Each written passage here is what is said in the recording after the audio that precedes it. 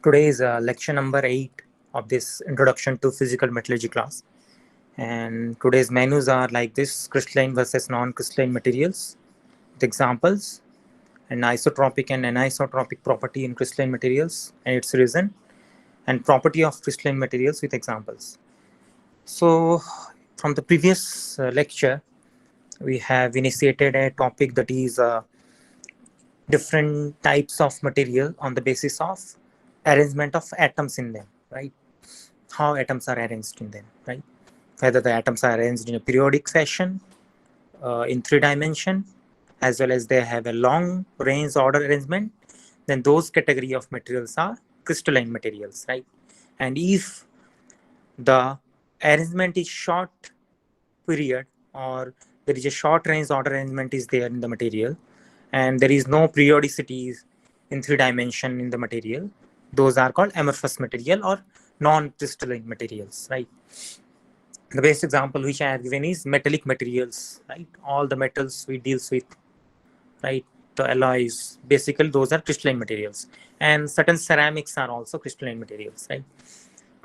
Most of the ceramics also you can say, but if you consider the polymers, the plastics, the glasses is the main group of amorphous material or non-crystalline materials. But polymers or plastics, those are semi-crystalline or amorphous basically. And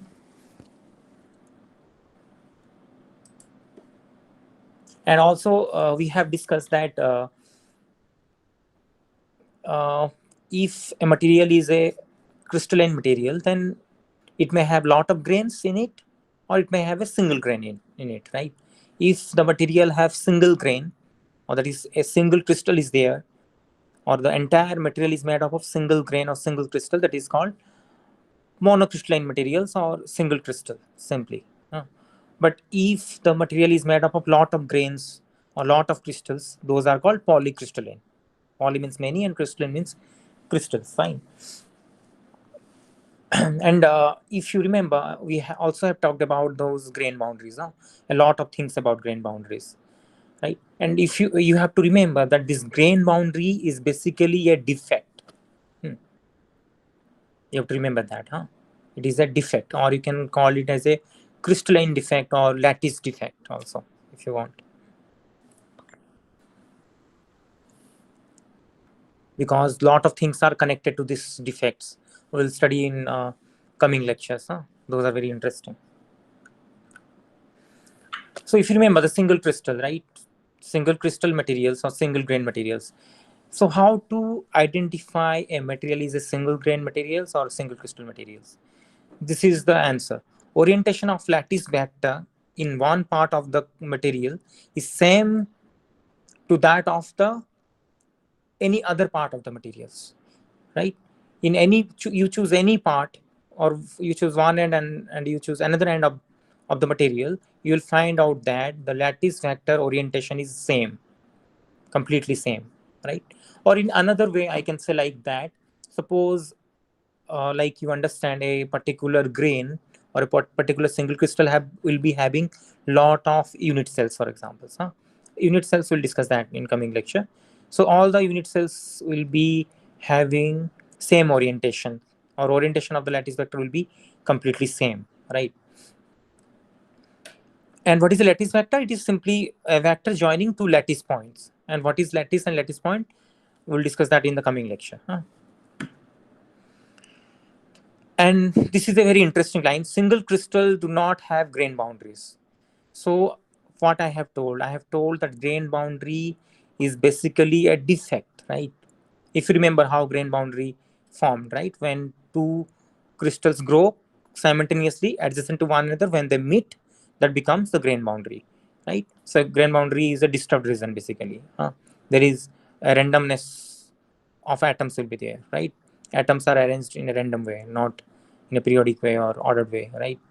So this single crystal do not have grain boundaries. So this is very interesting, right? Because that means single crystals are free from defect, in other way I can say. And there is another kind of defect called dislocation, which is also very interesting, which we'll discuss in coming lectures, right? So those dislocations, which is also a crystal defect, or you can call it as a lattice defect, those are also absent, right? So defects are absent in the single crystal, right? So this is very interesting, which offers a lot of advantages, right? So due to this reason, we'll get lot of advantages. See, when suppose I'm talking about electrical conductivity, right?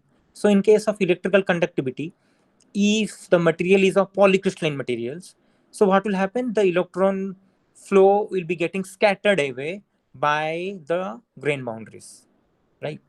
But if we have a single crystal, there is no grain boundaries.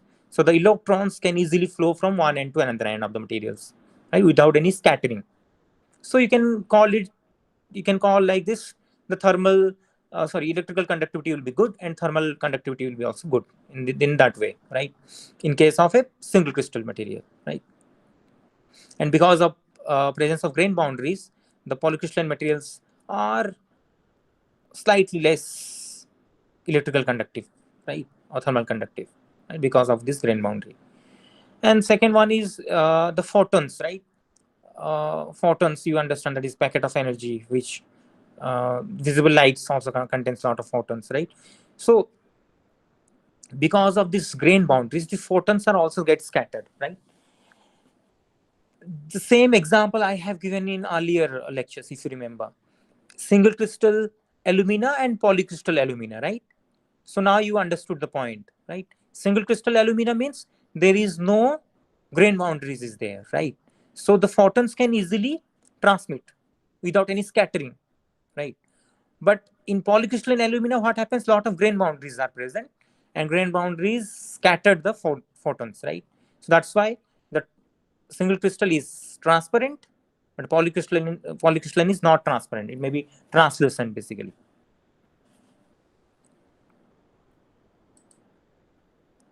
So up to this, it is fine.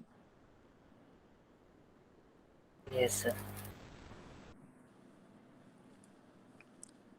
So in between, if you have any confusion, you can interrupt me, right? Okay, so the best example of single crystal used. So you people are using this cell phones, computers, right? All the computing devices, computing technology we have, right? All the electronics devices, all are basically made up of this silicon. I'm not talking about the entire structure. I'm talking about the electronics part. The maybe the transistor, maybe any integrated circuits, you understand? Those are made up of silicons. And those silicons, if you think, those are actually single crystal silicon. Huh. Very interesting. Those are single crystal silicon, right? That is one of the best example. Or we can use single crystal germanium also, semiconductor materials in form of a single crystal. So how this is happening, you can have a look here in this part. From a seed, that means you can understand, from a seed means a lot of atoms together will grow into a single crystal silicon, and a very huge single crystal of silicon can be made out of that, and it will be then chopped into small size slices, which you can call it as a wafer. And those wafer will be a very tiny, very thin size, right? And we do some lithography on it. On that particular silicon wafer, we do some lithography. Lithography is not the right time to discuss. It means we are doing some printing on it, right? We make some part conductive, some part not conductive. We can print something. We can print some oxides on it, like SiO2 oxides on silicon wafer, right? So we can do many designing on it. Then we can use that. It's called photolithography. Another best example is the single crystal cobalt or nickel based superalloys. The single crystal nickel based superalloys are used for turbine blades. And you understand turbine blades, I told you that those blades will be operating at a very high temperature, right? So the strength should be very high. And there is a property called creep resistance property that should be present in the materials. So nickel based superalloys provide those properties. But again, property depend on structure, if you remember. The material may be same, the nickel based superalloy may be same, but if you change the structure, the property will change. The property means creep resistance property may also change. right? The strength may also change, right? The yield strength or tensile strength I'm talking about, fine. So these are the, you sometimes can visit any power plants or any gas fired power plants, or you can see some engines, turbine, where turbine blades are there, like jet plane engines or aeroplane engines. Those are made of this nickel based superalloys nowadays. Anybody remember why we choose nickel for making superalloys? What is the significance of that? Why nickel is chosen, or why cobalt is chosen, or why iron is chosen to make superalloy? What is the interesting point about that? Why not choose molybdenum, tungsten, which have very high melting point? Sir, fracture resistance. Fracture resistance. Okay, that's fine, but there is certain interesting point I have told you about diffusion. Anybody remember? Diffusivity Yes, sir. or diffusion Diffusivity. coefficient. BCC structure. Because of which kind of structure? Yeah, you are FCC. saying something.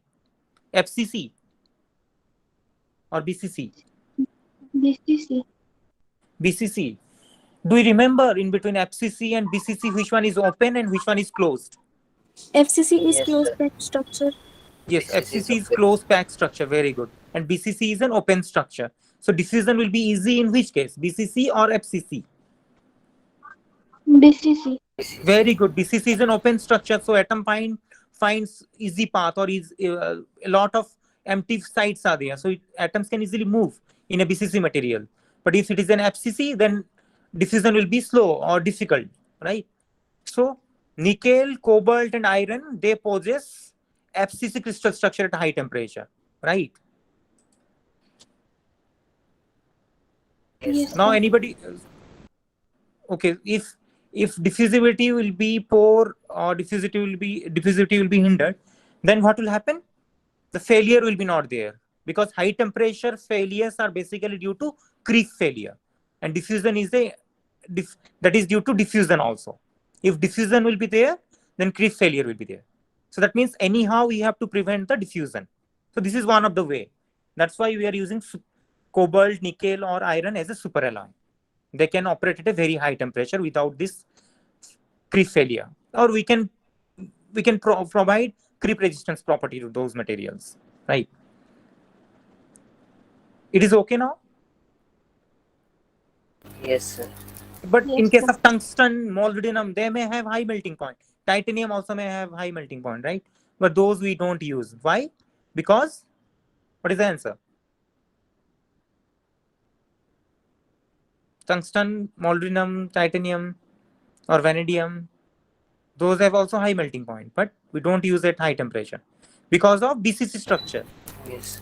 Their crystal structures are BCC, they are open, right? Diffusion will be easy in those cases.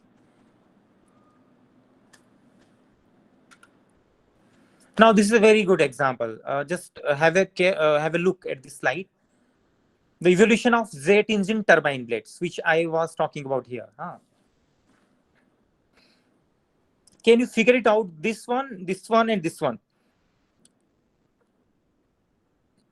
What you are getting from this figure, this figure, this figure. All are turbine blades, microstructure. This is a microstructure, this is a microstructure, this is also a microstructure, so all are turbine blades. What is the difference? Can anybody figure it out? The patterns means which Arrangements. kind of patterns you are talking about? The microstructure, I'm talking about the microstructure. So just have a look at the microstructures. This one, and this one.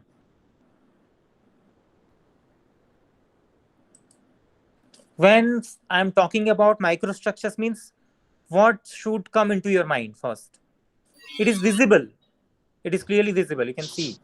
Sir, yellow don't have any grain boundaries. Very good. Very excellent. So that means this is a single crystal. Yes or no? Yes, sir. Yes, sir. Right. This is a single crystal. It does not have any grain boundaries. It is entire material is made up of single grain or single crystal, right? And this one, what is the difference? Both are polycrystal or single crystal? Both are polycrystal. Polycrystal. Very good. Both are polycrystal. But what is the difference between them?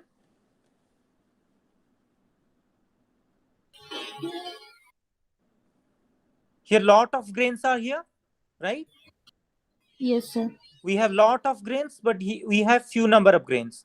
And another thing is here the grains are oriented in random, they have random orientations, right? But here the grains are oriented in a particular direction, like vertical direction, right? So orientation of grain is preferred here. They are oriented in a particular vertical direction, but here the orientation of grain is random, right? Here lot of grains are there, but here few number of grains are there. So the thing is what this is the evolution actually. In earlier days, turbine blades are like this. Polycrystalline turbine blades with random orientation grains and small number of grains, right? Small size grains, small number of grains and small size grains, right? But slowly we moved into this one. Few number of grains, but grain are oriented in a particular direction, right? And finally we move to single crystal turbine blades. So this is now used. These days we are using this kind of turbine blades, right? So the high magnification image is like this, you can understand. This is actually called equiaxed grain. You have to remember. Equiaxed. Equi means same. Ax means axis, right? So they are grown, you can say they have random orientation, one part. Equiaxed grain have random orientations. And they have same size nearly in all direction, right? And this is called columnar grain. You have to remember, columnar grain, or yes, basically we called it as a columnar grain or directional grain with a particular direction. So this is called equiaxed grain. This is directional grain or columnar grain. Columns, columns are in one direction, right? And this is a single grain. And both are polycrystalline. This is single crystal, right? You can see this is the further magnification, right? These are the grains and grain boundaries. So can you tell me, if you compare the defects, which structure is having defect? This is having defect, this is having defect, or this is having defect? Third one. Third one is having defect? No, sir. It is defect Lot. free. Yes, sir. It is defect free because it is a single grain, no grain boundaries, right? As I told, grain boundaries are the defects, crystalline defects or lattice defect, we call it, right? And what about this one and this one? Having defects. Having defects. And in which case more number of defects are there? First one. First one, right? So due to presence of lot of defect, this grain boundary, you have to note a point, that is grain boundaries are defect and grain boundaries are easy diffusion path. Easy diffusion path means along those region, diffusion will be easier. Atoms can diffuse easily. A vacancy can diffuse easily along those paths, right? That means inside the grain, diffusion will be difficult, but along the grain boundaries, the diffusion will be easy. So that means now you tell me, if lot of grains will be here, what will happen to the diffusion then? Easy or difficult? Easy.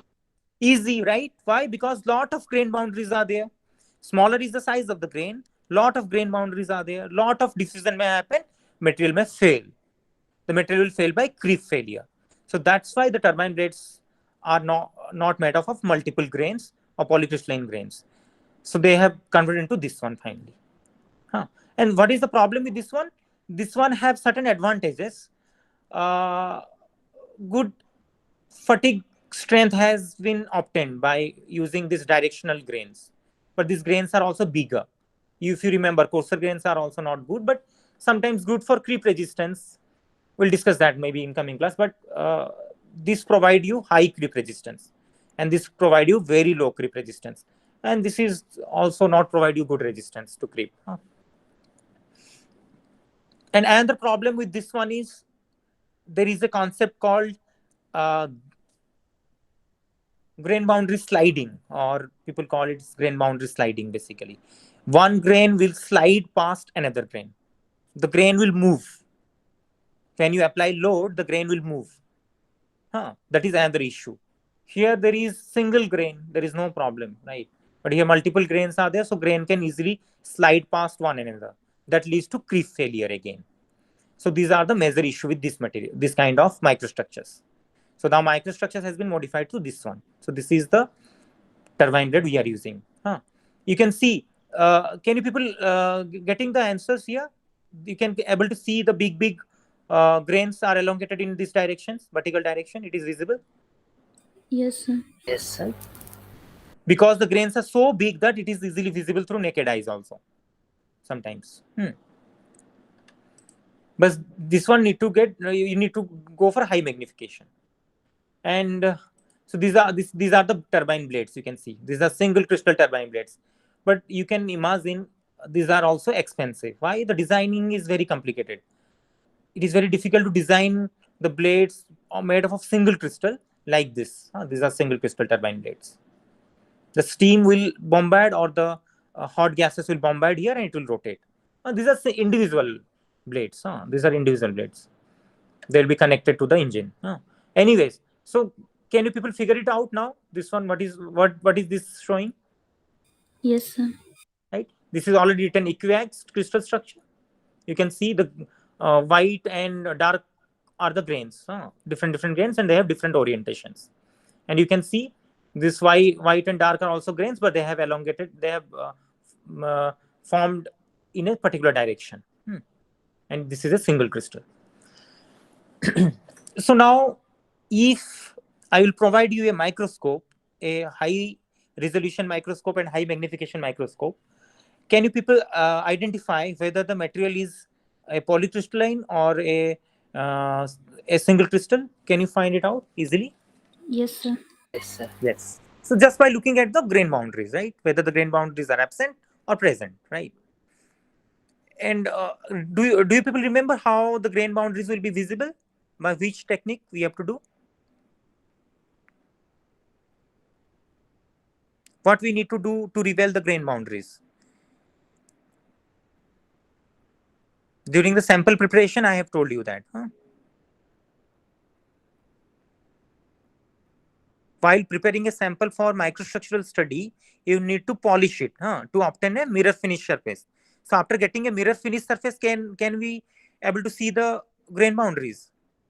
Is it possible?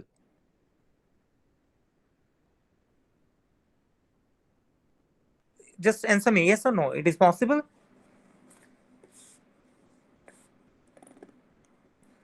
The answer is no. Obviously, we cannot able to see, because the surface is mirror finished and the light falling on it will be all having same reflection. There is no contrast between grain and grain boundaries. So we need to produce a contrast. How it is produced? By doing etching. If you remember, how many of you remember etching process? We use Yes, sir. acids. We use a combination of alcohol and acids, or alcohol or alkalis, right? That will preferentially attack a particular region, or the rate of attack will be different in different regions. How many of you remember how the rate of attack depends upon? Okay, if we apply acid on a finely polished metallic surface, for example, so the rate of attack will be more in grain boundary region or inside the grain?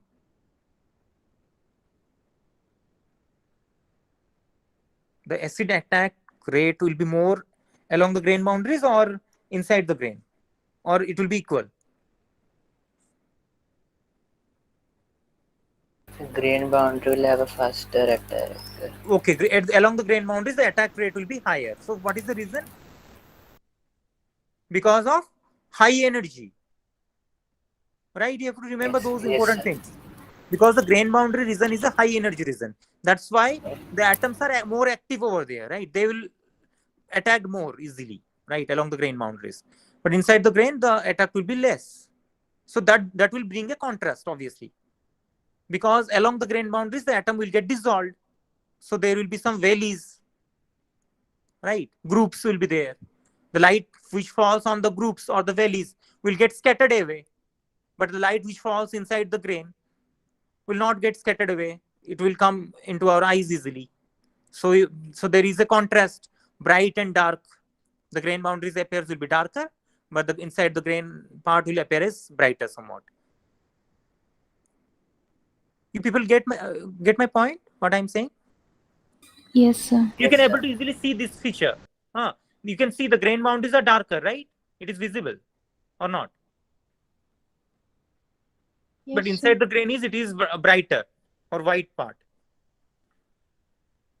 Because the groups are formed due to dissolution of atoms along the grain boundaries. Grain boundaries region is a high energy region. So acid will attack at a faster rate over there, right? Okay. Then physical property of single crystal substance. This is also very interesting. This is a very interesting slide. You just have a look at this slide. That is physical property of single crystals. You can talk about any properties basically. So property of crystalline materials actually, property of crystalline materials sometimes depend upon directions. We have basically three crystallographic direction, X, Y, Z, which is, you can see X, Y, and Z. But we can have lot of direction in our crystals. Suppose I'm talking about a crystalline materials, we have lot of directions. About direction, I will take a class after a few lectures. That is also very interesting. So we can have a lot of direction in our materials.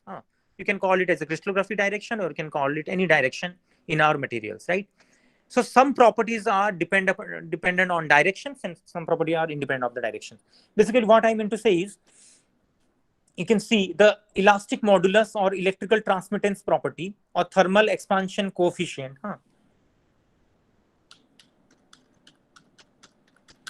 Thermal expansion coefficient, or any other properties, or any mechanical properties also. Sometimes this elastic modulus, electrical transmittance property, thermal expansion coefficient are not same in all directions. You have to remember. In other words, I can say physical properties or sometimes mechanical properties are not same in all directions. Suppose you consider a crystal, a big crystal. You go in one direction, you measure the properties. What is the elastic modulus in that particular direction? What is the electrical transmittance property in that direction? What is the thermal expansion coefficient in that direction? Or what is the mechanical strength in that direction? And just you travel in another direction in that crystal and you measure those properties, same properties. You'll find out that the property will not remain same. The material may remain same, the property will be different in different directions, right? So basically, property of single crystal is different in different crystallographic directions, or different direction, you can say simply, because of difference in linear density and electronic orbital overlapping. You have to remember this one, right? So if you consider a single crystal materials, just listen it carefully. If you have a single crystalline materials which have only single grain, in that particular material, the property will be different in different directions, or the property will be different in different crystallographic directions. The reason is what? Because of the atomic gap. Atoms will be stacked in that materials, right? Layer of atoms will be there. So in between the atoms, there will be a gap, obviously. Whether the gap will be less or more, it will vary in different directions. Similarly, the overlapping of electronic orbitals, they may be more overlapped, they may be less overlapped, they may not be overlapped. That also affect the properties, right? So in different direction in a single crystal, the property is different. And that is called anisotropy. You have to remember the concept. So if somebody will ask what is anisotropy property, that means the property is not same in different directions, right? Which happens in a single crystalline materials or monocrystalline materials, right? Okay, so now just an example here. Example, consider a single cubic crystal. Suppose we have a crystal of single cubic crystal, right? And we try to find out the linear density in 1, 0, 0 direction. See, you should not be confused. We'll discuss this one in coming lecture also. The direction are represented by this bracket, square bracket, and this is the magnitude. In x-axis, this is y, and this is z-axis. So this is also direction showing in x-axis, this is y-axis, and this z-axis. These are the dimensions. So consider a single cubic crystal and try to find out the linear density in this direction, 100 direction, and 110 direction. Then what will happen? The linear density will be different. So if you move in this direction, you find out the linear density. Then you move in this direction, you find out the linear density. In a single cubic crystal, right? The linear density will be different. Here, linear density means I'm talking about in that particular direction, how atoms are closely packed or they are openly packed. If they are closely packed, atoms are closely packed, atoms are close together to one another in particular direction, that is having high linear density. If atoms are far away from one another in that particular direction, that is having low linear density, right? So as the difference between atom will be different, as the distance between the atoms will be different in different direction, and electronic orbital distance will be different too. They may overlap in some direction, and in others they may not be. Okay. So due to these two reasons, the property is different, right? You can able to see the direction. One direction I have shown you here, 110 direction, and 001 direction here. Right? This direction and this direction. This is a simple cubic crystal, but we can have FCC structure, we can have BCC structure, right? Suppose for your clarification, let me show you one thing. Suppose you move in this direction. Just have a look. I'm moving in this particular direction, this direction to this direction, and I want to move in this direction.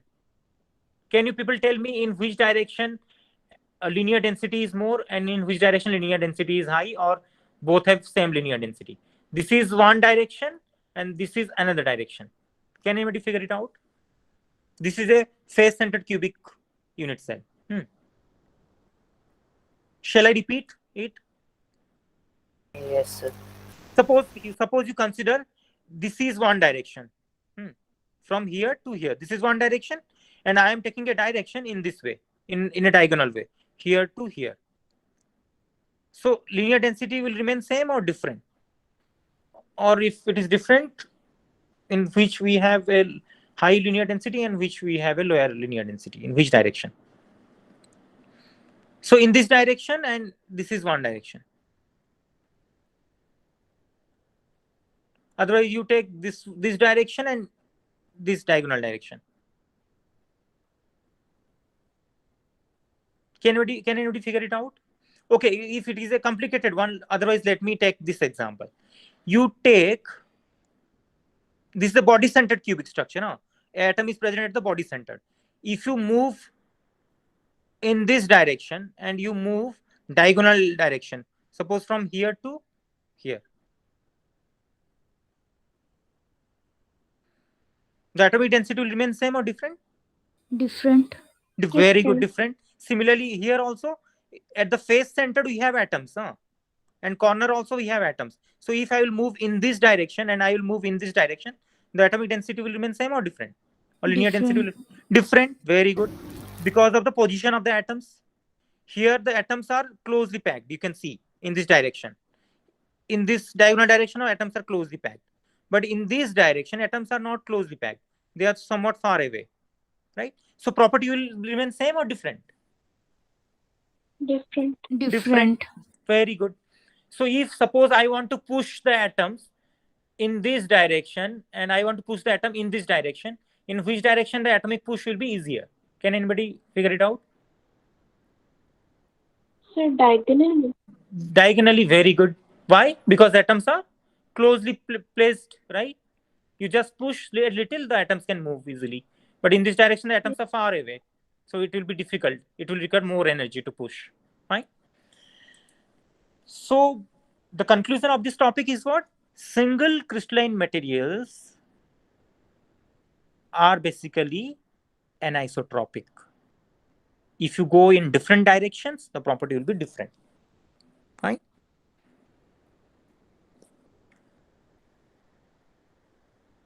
It is already written. Difference in physical property in a single crystalline materials in different direction is called anisotropy.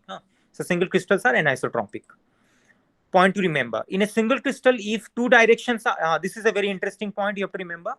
in a single crystal, if two directions are symmetrically equivalent, suppose you have a single crystal and two directions are symmetrically equivalent, then property will be same. You have to remember. That means in a single crystal, if you are considering many directions and you find out that two directions are symmetrically equivalent. Symmetrical equivalent means they may have same linear density. Then what will happen? Property will also remain same in those two directions. Right? For example, property in 100 direction and 010 direction and in 001 directions are same as they are symmetrically equivalent. We need to find out these directions. That is a that we'll discuss in the coming lectures, how to find out the directions. And you understand, isotropic means property of materials are independent of directions, and isotropy means property of materials dependent upon directions. Right? Simple way. Now this is a very good example. This is a very good example where I have chosen graphite and graphene.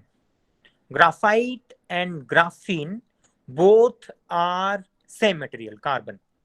Both are made up of this carbon only. You can simply call graphene as an allotropic form of carbon. Graphite is also an allotropic form of carbons. We can have a lot of allotropic form of carbons, which is here. Graphene, nanotubes, carbon nanotubes, which already have discussed. Fullerenes, diamond, graphite. These are many allotropic form of carbon. In school days, you might have heard about graphite and diamond and fullerene also, right? But now you should remember nanotubes and graphene are also other allotropes of carbon. So you can see what I am discussing here. I am giving an example of anisotropy in a single crystal. Anisotropy in a single crystal. Right? Anisotropy, you understand that property will be dependent upon directions. If you go to different direction, the property will be different. Anisotropy, fine. So you can see this is a, what is this? This is a pencil lead, right? This is made up of what? Graphite? Yes or no? Yes, sir. Yes, Right? sir. But do you know why we have chosen a graphite lead in pencil? So that we can easily write it on the paper, white paper. Yes, sir. Right? So have you ever heard, have you ever think of this? Why we have chosen graphite? Why we haven't chosen some other like diamond or fullerene or nanotubes or graphene to write it on the paper rather than we have chosen graphite only? Because the moment you start writing on the paper, you will find out that some layer of graphite is coming out from the pencil. Yes or no? Yes, Which sir. is get imprinted on the paper, right? So how this is happening? Because you understand the bonding is weaker. Yes or no? That's why these atoms are coming out, or this, right? You understood my point? Or this Yes. Yes, layer sir. of graphite is coming out because the bonding is weaker. So if you remember, this is the structure of graphite. Graphite is made up of this one layer structure and the layer structure and the layer structure. Suppose this is the direction of the lead, pencil lead. So this is the direction of the graphite layers.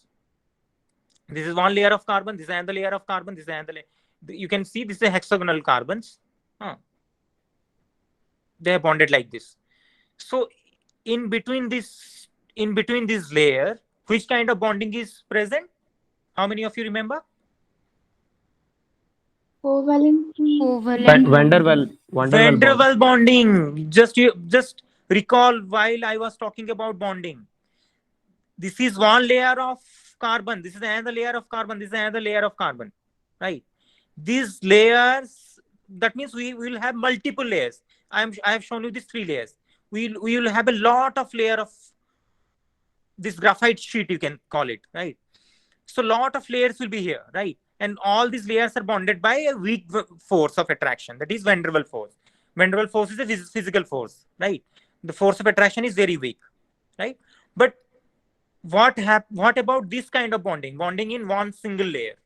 Covalent bonding. Covalent bonding, right? So if you differentiate covalent bonding and van der Waal bonding, which one is very strong? Which one is very weak? Covalent is strong and Covalent bond is sufficiently strong. If you remember, I've shown you the bond strength, some 660 to somewhat 800 like kilojoule per mole, if you remember, right? Very strong, right? Like best example is diamond. Diamond is hardest material because of this covalent bonding, right? So that means in between these sheets, we have van der Waals bonding, which is very weak, but in a single layer, we have covalent bonding. It is okay. So if from this graphite, I will only slice out a single sheet like this, then this is called graphene. You people have understood how graphene is coming out? Yes, sir. It is a single sheet of graphite only. There is no multiple layers. So if I will extract a single sheet, or anyhow I can synthesize a single sheet of this kind of thing, which is called graphene, then what happens to the bonding? What happens to the strength? Strength of this and strength of this, what happens to them? They become weaker. Which one will become weaker? Just use your mind. You have van der Waals bonding in this direction, in between these layers, and finally you have taken out only single layer. So this is a single material. Graphene is a single material, but having this kind of layers only, single layer. But if you're talking about graphite, you will having multiple layers of this kind of sheet. So both have same strength or different strength now?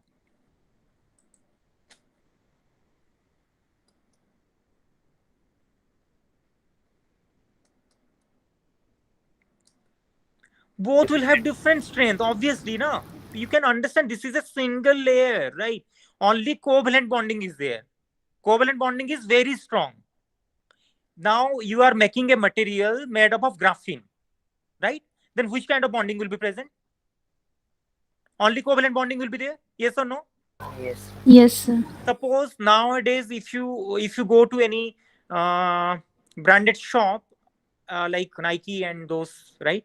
You can ask them, can I have a t-shirt of graphene? I'm not sure about that they are making nowadays or not, but still research is going on, and it is also commercialized also, right? The t-shirts, the sports equipments, or the sports cloth are made up of this graphene. That is a single layer of graphite. So how many dimension it will be having? 3 dimension or 2 dimension only? Just have a look. 2 dimension. Very good. So you can understand this graphene is also having only 2 dimension material. It is a 2-dimensional material.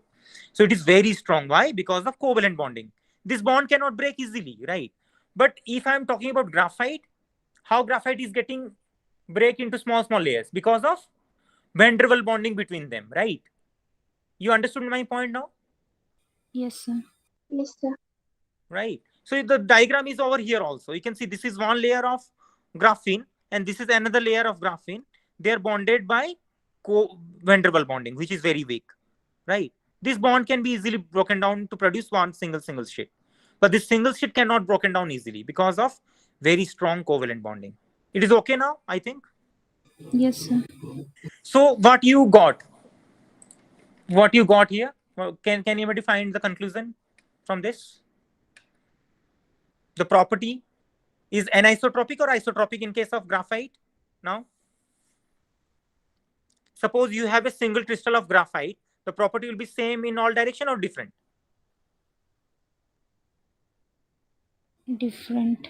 Very good, different. Suppose, so if I will move in this direction, the property will be, suppose I'm talking about mechanical property or strength. Suppose I'm moving in horizontal direction and I want to move in vertical direction. So the mechanical strength will be higher in which direction? This is horizontal direction and this is vertical direction, for example. So if I'll move in horizontal direction to measure the mechanical property, the mechanical strength, and I'll measure the mechanical strength in this direction. So in which case it will be more and less? More in horizontal. More in horizontal. Why? What is the answer?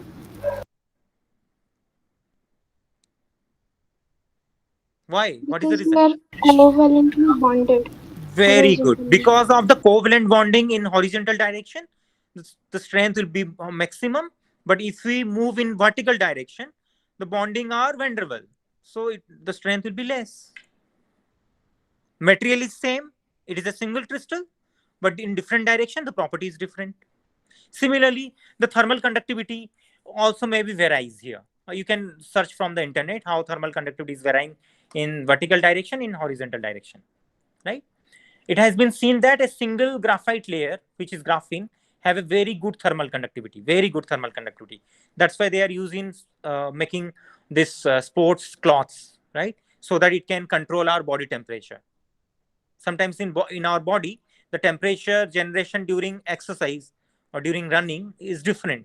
Somewhere the temperature is high, somewhere the temperature is low. So this kind of clothing can maintain the temperature because of high thermal conductivity, right?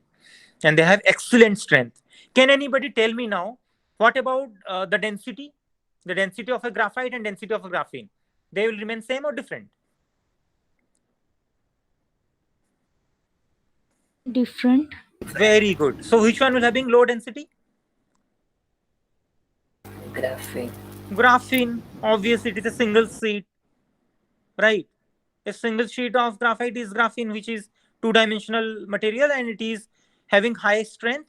So this is a new area of research. So you can take an assignment. You just the assignment is what? The assignment is what is graphene? What are the characteristic feature of graphene? And what are the applications of graphene? And how graphene is synthesized? These are the 4 questions. What is graphene? What are the characteristics property of graphene? Right? How graphene is synthesized? And what are the different application of graphene? So that your concept will be more clear. So you can see the materials which are made of graphene are stronger than steel. You can imagine. Stronger than steel. Can anybody justify that? Why? Because of covalent bonding in graphene, but in metallic bonding are somewhat weaker than that of this covalent bonding sometimes, right?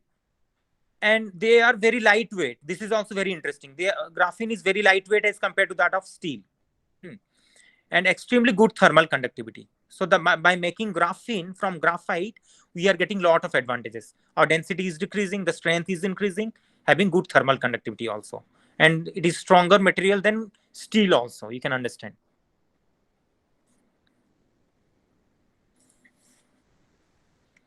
Where we need very high strength instead of this, suppose, okay, fine. Suppose you have a structure where you need low weight and high strength. So instead of steel, you can place graphene over there, right? Because graphene is lighter and stronger. Similarly, carbon nanotube, if you remember, carbon nanotube. Suppose this graphene sheet will be rolled into a tunnel or rolled into a like tube. So what will happen? What it will become? What it will become? If you rolled, suppose your mat, floor mat, when you roll it, what it becomes? The moment you roll a floor mat, what it will become? It will become a tunnel kind of thing. Sir. A tube, right? Yes, sir. So similarly, if you roll it, a single layer of graphene, if you roll it, it will become a what? Nanotube. Nanotube, right? Nanotube. So, but this is called a single walled carbon nanotube. You have to remember. Similarly, if I will take 2 layers of graphene and I roll it, so it will again become nanotube, but it will call as multi-layered carbon nanotube, right? We can have single layer carbon nanotube, we can have multi-layer carbon nanotubes. Okay, fine. So now properties of polycrystalline materials, right? So properties of polycrystalline materials depends upon orientation of individual grain in it respect to one another, right? So in polycrystalline materials, we have a lot of grains and each grain have different orientations. So the property depends upon the orientation of individual grain. So, but this point is very important. You have to remember. If orientation of each grain is random, then never grains orientation to other grains. Okay. Then property of then what happens? Then property of each grain is anisotropic, right? As I told, individual grains are anisotropic in different direction. They have different property. But if we have a polycrystalline material, so if orientation of each grain is random, then property of each grain is anisotropic and overall property of the material is isotropic, as the property is not consistent from one grain to another in a particular direction. So what conclusion we obtain? We obtain that single crystalline material or single crystal material is anisotropic, whereas polycrystalline material is isotropic in nature. Right? Because of random orientation of the grain in a polycrystalline materials, they cancel out. The properties are cancelled out, then they become isotropic. That means in any direction if you go, the property will remain same. It is okay? Yes, sir. Yes, sir. You understand, because you can see, if I will consider this grain and I will consider this grain, the orientation of this grain, orientation of this grain and this grain, this is different. So we can have lot of grain like this orientation, random orientations. So the property finally becomes isotropic. But if you consider a single crystal, the property will be anisotropic.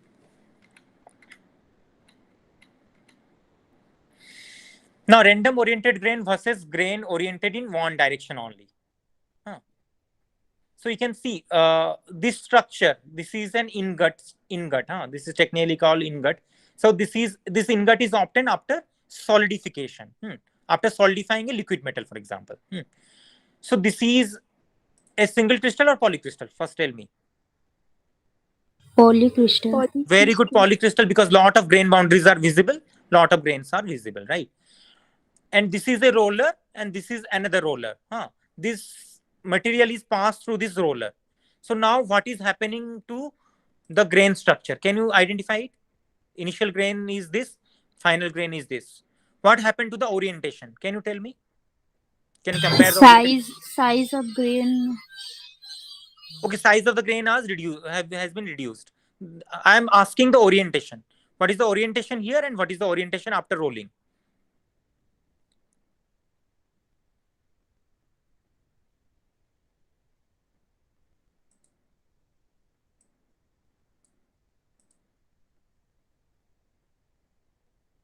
So before rolling, the orientation is random or not? Just have a look. Yes, sir. Yes, right? sir. But the moment you roll it in a particular direction, what is happening now? In ordered way. They have oriented in a particular direction, left to right, horizontal direction, yes or no? Yes, sir. It is visible? Yes, sir. So this kind of thing is called texture. You have to remember, texture means preferred orientation of grain. Preferred orientation of grain is called texture. So now tell me, before orientation, what this material is anisotropic or isotropic, and after rolling, this material is isotropic or anisotropic? Let me see who can answer. Before rolling, anisotropic, and after rolling, isotropic.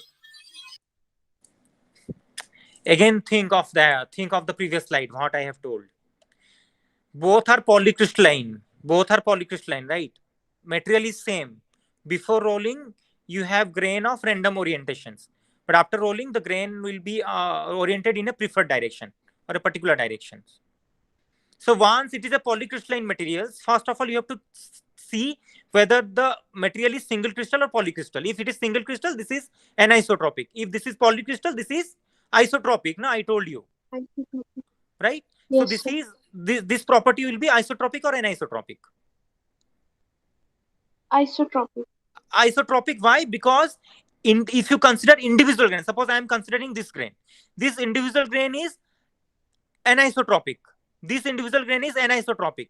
This individual grain is anisotropic. You consider any single grain is anisotropic. But since the grain are oriented in different directions, right? So overall property will be what?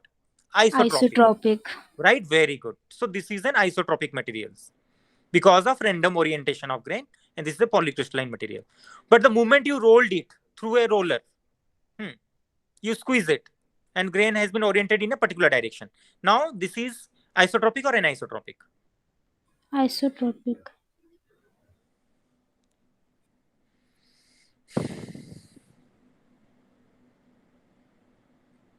They have been oriented in a particular direction now.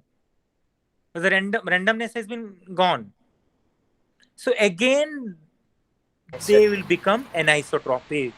You have to remember, right? So if the grains are oriented in a particular direction in a material, the entire in entire material, the grains are oriented in a particular direction. That is again anisotropic. In different direction, the property will be different, right? Because they have oriented in a particular direction. That's why. If you measure the property in this direction and measure the property in this direction, the property will change, right? So same thing I have shown you here, right? You can see top roller, bottom roller, and you are passing the randomly oriented grain material, and they have become elongated and they are oriented in a particular direction. This is called texture, right? This is the original structure, this one, and this is the final structure. So now you tell me, so this kind of process is called cold worked. That means at room temperature, I am passing the ingot through two rollers so that they get plastically deformed and the grains become elongated, right? So now suppose this is a microstructure of the same material and this is a microstructure of same material. So this material is isotropic or anisotropic? This material is isotropic or anisotropic? Just tell me.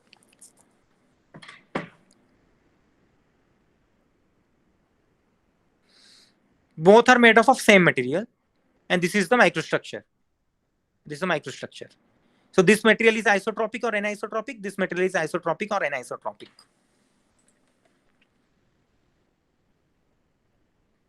Both are polycrystalline. Original is isotropic. Original structure is isotropic. Very good. Because of random orientation of grain, right? Yes, sir.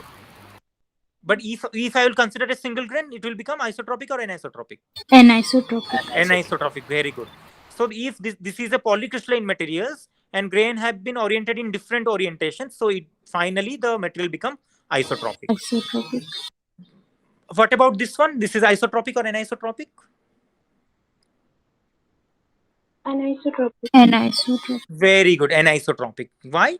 Because after rolling cold work, the grain has been oriented in this direction, particular direction. So now if you measure the property in this direction and in this direction, or any vertical direction or any diagonal direction, the property will be different now. So this becomes anisotropic again. So if you want to produce any anisotropic property, you can roll it. That is called cold work or cold rolling. That's why. If you want a isotropic property, just don't roll it. This is one of the point I'm saying, just like that. And this is a microstructure of a polycrystalline materials. Some are darker, some are lighter. All are grains. These are dark grains, and these grains appears darker. This grain appears whiter. So this may be of different phases, or this may be of different orientations. You have to remember that when we are doing etching, right? When we are doing etching by these acids or alkalis or combination of acids and alcohol, some part will be attacked more, some part will be attacked less, or rate of attack will be different due to difference in energy, difference in composition, and difference in the orientation of the grain. You have to remember those important lines. Fine. So one will appear darker, one will appear lighter. The portion will appear darker means because they have more energy, they may have oriented in a particular direction, or they may have high energy regions because of dissolution of atoms over there. They become valley kind of thing. Fine. Now tell me, these are again same, This will show you which kind of property, and this will show you which kind of property. And this is a rolling machine. You can see this is a top roller and this is the bottom roller. You are passing the material through the roller to make it flat more and more. Suppose initial grain structure is this. After rolling, the grain structure has become like this. Yeah. Now tell me quickly. First one is isotropic. First one is isotropic. Very good. And this one? Anisotropic. Anisotropic. Very good. You have understood now. Now some important concept. This is the final slide. Metals and ceramics are crystalline or amorphous. So what is the answer? The metals or the ceramics which we are dealing with are crystalline materials or amorphous? They are crystalline always. Basically, the materials which we are dealing with in day-to-day life, the metals, any alloys, any ceramics, right? Basically, they are crystalline. You have to remember.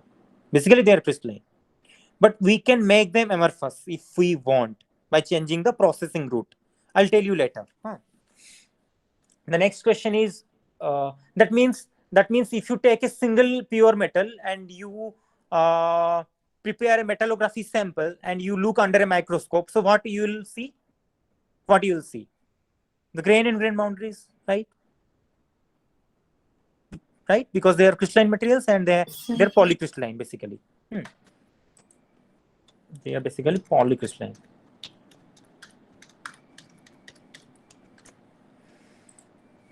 Then polymers, plastics are crystalline and or amorphous or semi-crystalline. So what is the answer? Amorphous. Basically, they are amorphous and some are also semi-crystalline. You have to remember. Or sometimes what happen? Some regions will be semi-crystalline, some regions will be amorphous. That may be also the answer. And semi-crystalline.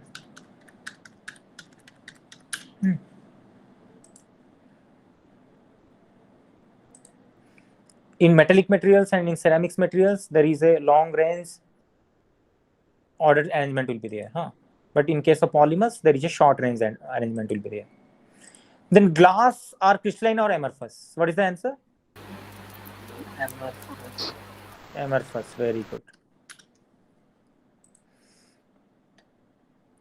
What is metallic glass? So this is a very good question. What is metallic glass? Can anybody figure it out? There are two concepts. One is metal is there, but metal is in form of glass.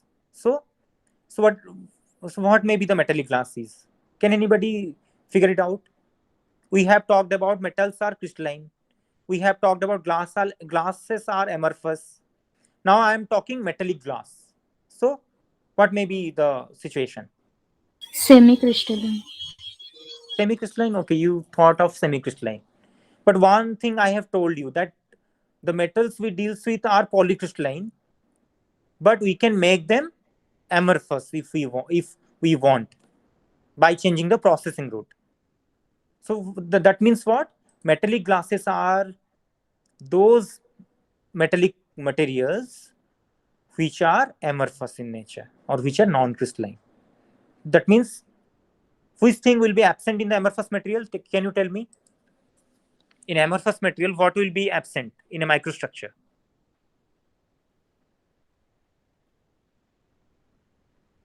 Grain boundaries. Very good. Grain boundaries will be absent. Excellent.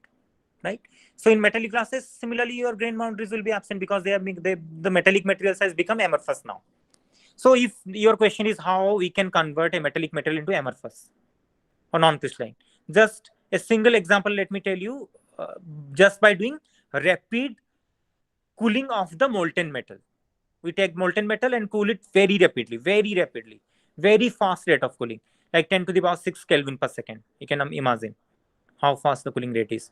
It will automatically become amorphous. Can you imagine why this is happening? Just by cooling the molten metal at a very high rate of cooling, why we are making it amorphous?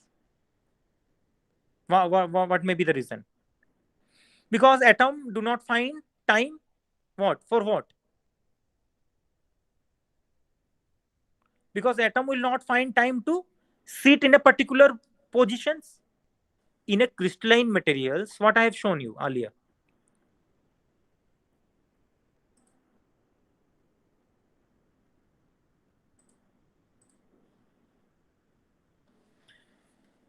I have shown you some images. Yeah. This is a figure of crystalline materials, right? And this is a figure of amorphous. So you understood what I mean to say. In a crystalline materials, the atoms have sufficient times, they sit in a particular positions. But once you are cooling, or once the cooling rate is very high from the molten state, the atom will sit randomly or not. They do not Yes, sir. sit in a particular location, particular points. They sit randomly. So that's why they become amorphous or non-crystalline. So just by doing very rapid rate of cooling of molten metals, we can make it amorphous or non-crystalline. And those are called metallic glass. Now the point is clear. What is the meaning of metallic glass? Yes, sir. Yes, sir. Basically, metals are crystalline, but glasses are amorphous. But the name is metallic glass because the metallic materials has been converted into now amorphous or non-crystalline just by doing rapid cooling of the molten metal or molten alloys, right? So bulk metallic glasses means we are producing nowadays bulk metallic glasses. So metals will be in amorphous form in a bulk manner. The entire structure will be a glassy structure or amorphous structure. That is called bulk metallic glass. So it is non-crystalline. You have to remember. Is it crystalline or non-crystalline? It is non-crystalline. So we will get lot of advantages. Grain boundaries will be missing, and I have told you what is the advantage if grain boundaries will be not there, right? The photons, the electrons are scattered by the grain boundaries. I have told you earlier. So that means in bulk metallic glasses, the grain boundaries will be absent or present. In bulk metallic glasses, the grain boundaries will be present or absent. Absent. Absent because it is amorphous now, right? Or it is non-crystalline. So you understand what kind of property you are going to get now. Very interesting property. Sometimes strength is also higher because grain boundary is a defect. So if we can remove the grain boundaries, we are removing the defect. We can increase the strength also by using bulk metallic glasses. We can increase the electrical property. We can increase the optical property, like transparency, high electrical conductivity, high mechanical strength, right? Metals and alloys we are dealing with day to day are single or polycrystals. Who can answer this one? Single. Single. Are you sure? Single. Suppose the kitchen utensils you are using, or the steels, the bike bodies, the scooty bodies, which is made up of metals. Those are single crystal or polycrystals?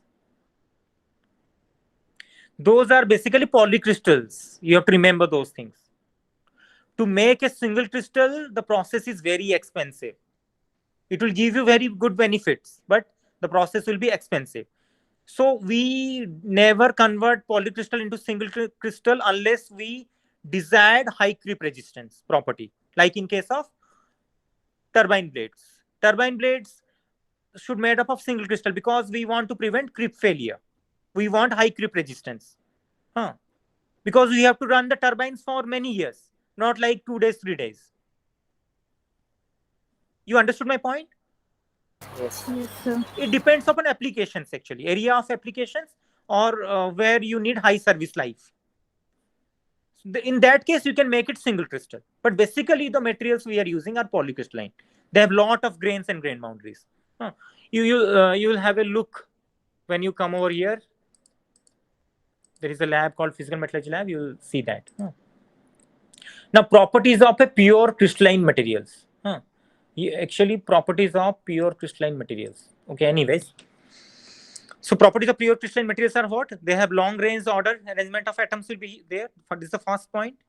They have sharp melting point. Sharp melting point means crystalline materials melt at single melting point, or they freeze at single temperature, right? But the point you have to note is pure. I have written pure. This is not an alloy. Suppose I am considering pure iron. Pure iron will melt at a single melting point, or it will freeze as a single freezing point, right? They have long arrangement of iron atoms in them, right? Then single pure crystalline materials are isotropic or anisotropic if it is a polycrystalline material. If it is a polycrystalline material, it is isotropic or anisotropic? Isotropic. Isotropic, very good. If it is a polycrystalline materials, it is isotropic. If it is a single crystal, then it is an anisotropic. Anisotropic. But this is a very interesting concept. You have to remember this one.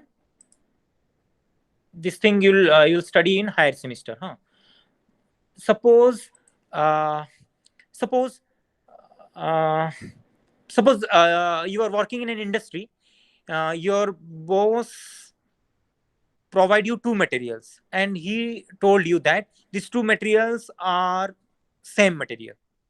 Now your aim is to find out which one is crystalline, which one is amorphous, right? You can do what? You can simply prepare a sample for microstructural study. You can find out the grains and grain boundaries, right? That is one part. Yes or no? Yes, Yes. sir. Grain boundaries will be missing in non-crystalline materials or amorphous material, whereas grain boundary will be visible in case of crystalline materials. That is one part. Suppose microscope is not there. You have X-ray machine. You have a machine called X-ray diffraction analysis machine. So you can go for that one also. XRD, X-ray diffraction analysis. That data, after doing XRD, X-ray diffraction analysis, we will get a peak. Intensity versus 2 theta peak. Okay, I should have shown you. Anyways, so what you'll get? You'll get sharp peaks. If you'll get sharp peaks, then it confirm you that this is a crystalline materials and this is a polycrystalline materials basically. But if you are not getting a sharp peak, you are getting a broad peak or diffused peak, then that is a amorphous material. So this is another way to identify whether the material is crystalline or non-crystalline. Okay, just give me a second. Let me search it for you otherwise.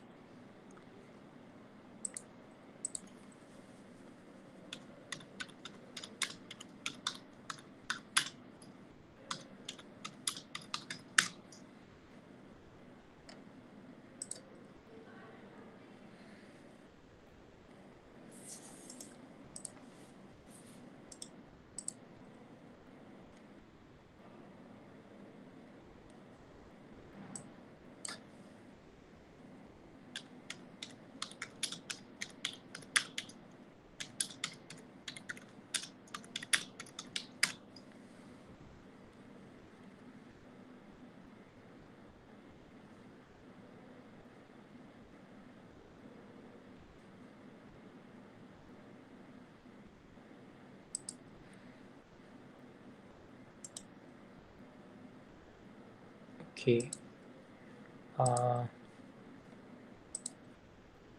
Okay, I'll show you here.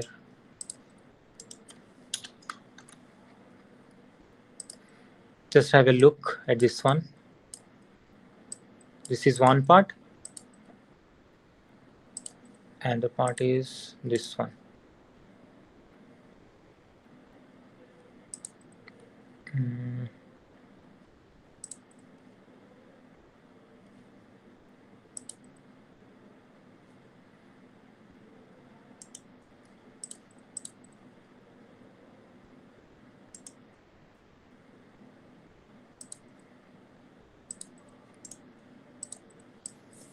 Can you identify which one is showing you amorphous material and which one is showing you the crystalline materials?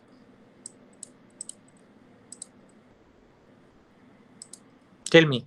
So this is an XRD analysis plot, intensity versus 2 theta plot.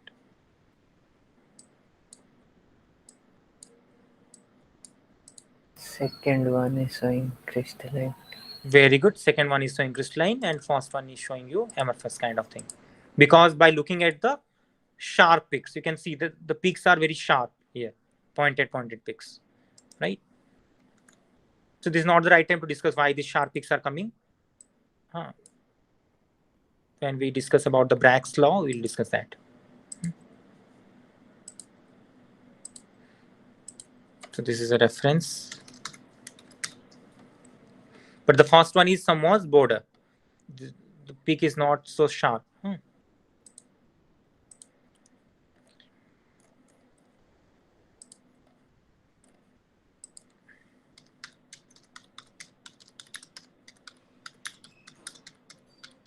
Otherwise, let me search some other fig images.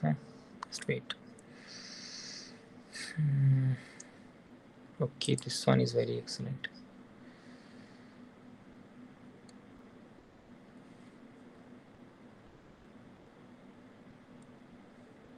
This is a very good image. I got it.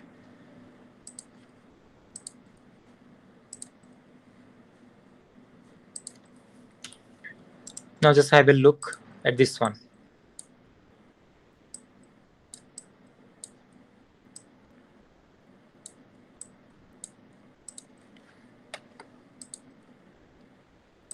It is written SiO2 glass. This is the peak for SiO2 glass.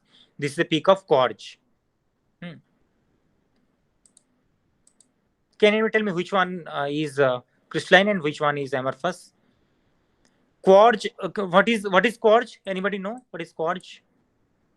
Quartz is also silica SiO2, and the glass is also silica SiO2.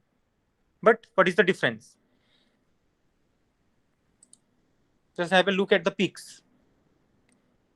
So cores are Quartz are, crystalline. yes, quartz are crystalline form of silica. You have to remember. That's why you are getting a sharp XRD peaks. This is intensity versus 2 theta peak. Always you have to remember. So if you do XRD analysis of quartz, you will get this kind of sharp peaks. Why? Because due to ordered arrangement of atoms in them, periodic arrangement of atoms in them, right?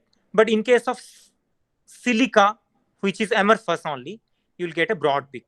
There is no sharp peak. You understood my point now? Everybody have understood Yes. this one?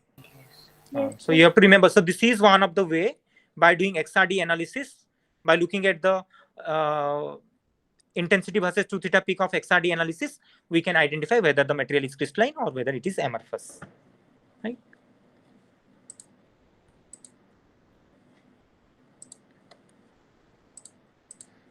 Okay, so I'll stop here. If you have any confusion or doubt, you can ask me right here.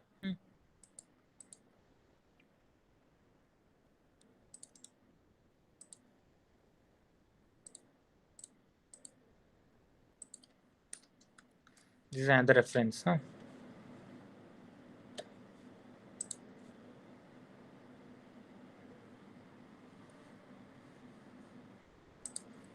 Okay, if you have no doubt, you can leave. Otherwise,